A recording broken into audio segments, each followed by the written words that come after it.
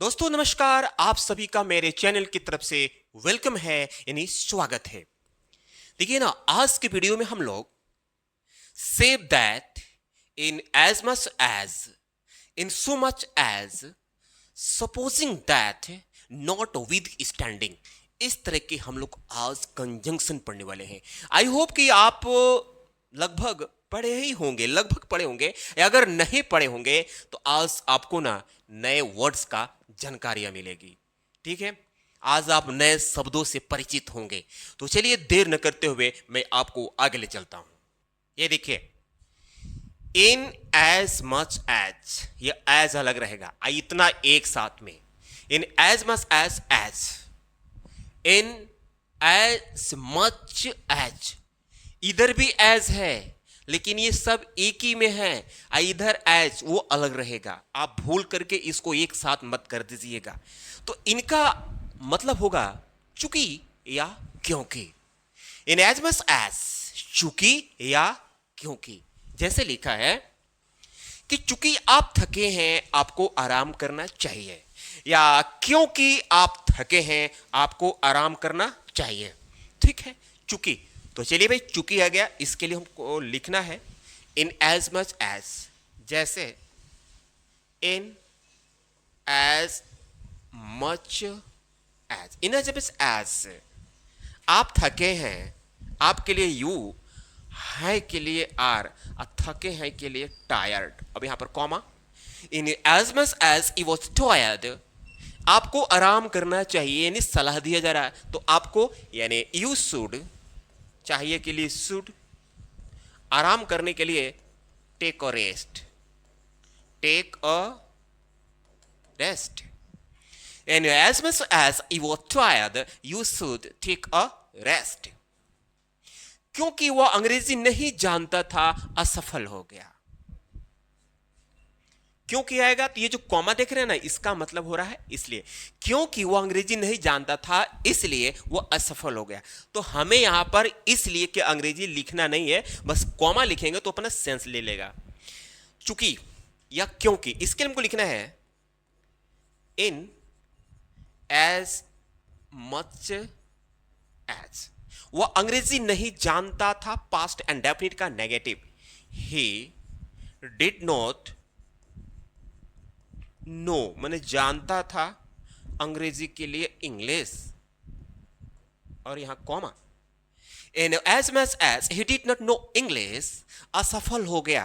तो ये वाला जो सब्जेक्ट है ना, यहां छिपा हुआ है, इसको लिखना पड़ेगा ही फेल्ड, फेल्ड, असफल हो गया। तो यहां पर इन एज मच एज का प्रयोग हमने चूंकि और क्योंकि की सेंस में यूज किया। अब हम आगे देखते हैं कि कौन सा कंजंक्शन है। देखिए, अब यहां पढ़े हैं इन एज मच एज। अब यहां पर इन यानी सो लगा हुआ है, ध्यान से देखना। ये देखिए बाबू, सो लगा है ना। तो इन सो मच एज, अगर ये वाला वर्ड आता है, ये वाला फ्रेज आता है, तो इसका मतलब होगा इतनी हद तक की, या इतना, या इतनी की, इतनी की, या इतना की, या इतनी हद तक की, यानी रिजल्ट बताने के लिए।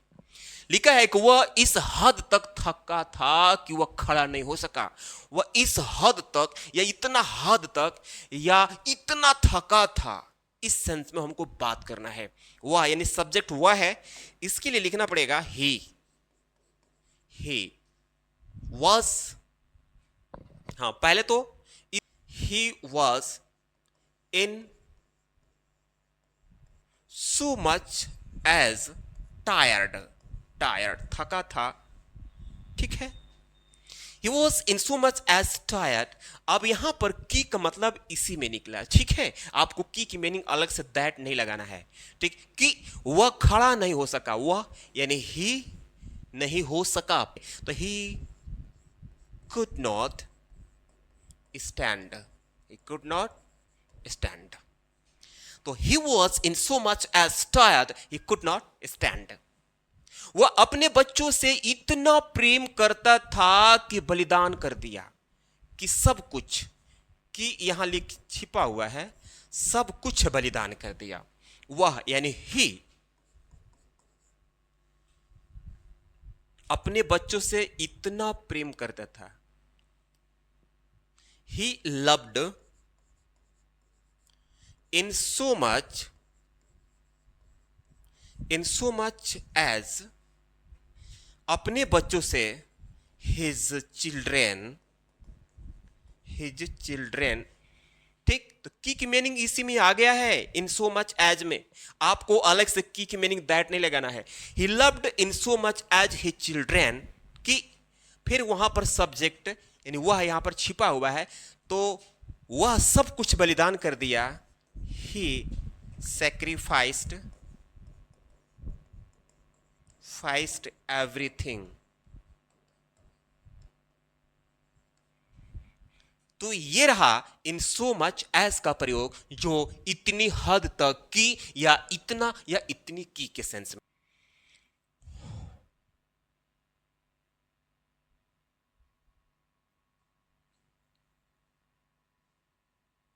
यहां देखिए, नॉट विद स्टैंडिंग, इतना बड़ा वर्ड, नॉट विद स्टैंडिंग। ये जो कंजंक्शन है इसका यहां पर मतलब निकल कर आएगा फिर भी या इसके बावजूद। नॉट विद स्टैंडिंग, क्या बोलेंगे? Not with standing, not with standing. इसका मतलब हुआ फिर भी या इसके बावजूद। जैसे खराब मौसम के बावजूद हम लोग मेला देखने गए, गरीबी के बावजूद वह खुश रहता है। ठीक है, तो कैसे बनाएंगे? खराब मौसम के बावजूद। इसकी मीनिंग हमको सबसे पहले लिखना है। क्या लिखना है बाबू? Not with standing. एक ही में लिखना है, आपको अलग नहीं कर देना है।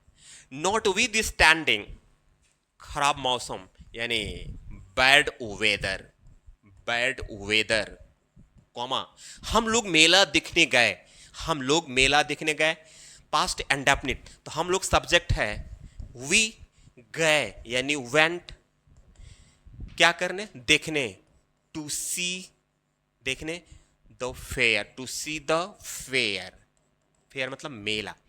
तो notwithstanding bad weather we went to see the fair. गरीबी के बावजूद वह खुश रहता है। ठीक है, तो लिखेंगे not with standing, comma, sorry, गरीबी यानी poverty, not with standing poverty, वह खुश रहता है। खुश रहता मतलब खुश है, तो he is happy, he is happy. अब आया सपोजिंग दैट, जिसका मतलब होता है यदि मान लो कि, यदि मान लो कि आज बारिश होगी तो तुम क्या करोगे? यदि मान लो कि तुम अच्छा नंबर लाए, यदि मान लो कि तुम अच्छा नंबर नहीं लाए तो तुम्हारे घर वाले क्या करेंगे? यानी यदि मान लो कि जो पहला सेंटेंस होगा उसके बाद वाले सेंटेंस में क्वेश्चन किया जाएगा। जैसे यदि मान लो आज बारिश हो जाए तो क्या तुम स्कूल जाओगे? तो चलिए, सपोजिंग, जैसे आप सपोजिंग लिखेंगे ना, सपोजिंग, तो पूरा इसमें आ जाएगा यदि मान लो। आज बारिश हो जाए तो इस वाले पार्ट को हमको प्रेजेंट सिंपल में बनाना है। सपोजिंग दैट, ओके, आज बारिश हो जाए, इट रेन, तो रेन्स हो जाएगा। क्योंकि ये वाला पार्ट हम प्रेजेंट सिंपल में बना रहे हैं तो सब्जेक्ट यहां पर सिंगुलर है, इसलिए रेन में एस, और आज की बात हो रही है तो today. Supposing that it rains today, तो क्या तुम स्कूल जाओगे? तो के लिए कॉमा हो गया। क्या तुम स्कूल जाओगे?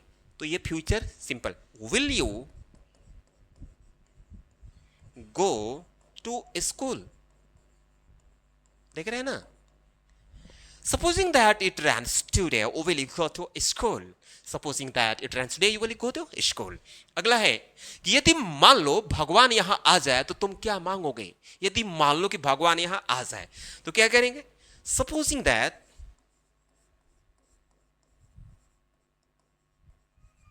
सपोजिंग दैट लिखने से यदि मान लो भगवान यहां आ जाए तो ये भी प्रेजेंट सिंपल में ही बनेगा। यानी द गॉड आ जाए मतलब अपीयर हो जाए, प्रकट हो जाए, आने की मीनिंग कम नहीं लगेगा। Supposing that the god appears here, यानी यहां पर कॉमा, तो तुम क्या मांगोगे? तो what will you beg, beg मतलब मांगना होता है। तो supposing that the god appears here, what will you beg. तो ये रहा बाबू सपोजिंग दैट का प्रयोग। अब हम आगे देखते हैं।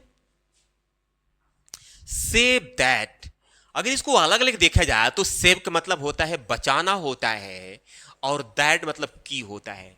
तो अगर आप ये नहीं जानेंगे तो बचाना की के सेंस लेकर चलेंगे, या बचाना वह, क्योंकि दैट मैंने वह भी तो होता है। लेकिन एक साथ जब ये आएंगे तो आज से रट लीजिए, इसका मतलब होगा सिवाय इसके की, सिवाय इसके की। जैसे कि सब कुछ ठीक चल रहा है सिवाय इसके कि मेरे पिताजी बीमार हैं, यानी सब कुछ ठीक है, बस मेरे पिताजी बीमार हैं।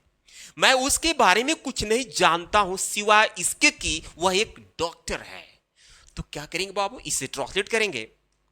सब कुछ ठीक चल रहा है, यानी लिखेंगे एवरीथिंग चल रहा है, is going well, going well,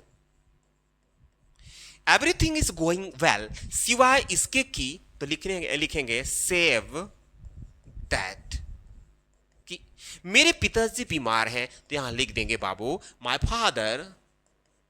father is ill, everything is going well save that my father is ill. अगला है कि मैं उसके बारे में कुछ नहीं जानता हूं, तो प्रेजेंट सिंपल का नेगेटिव है, तो लिखेंगे आई डोंट नो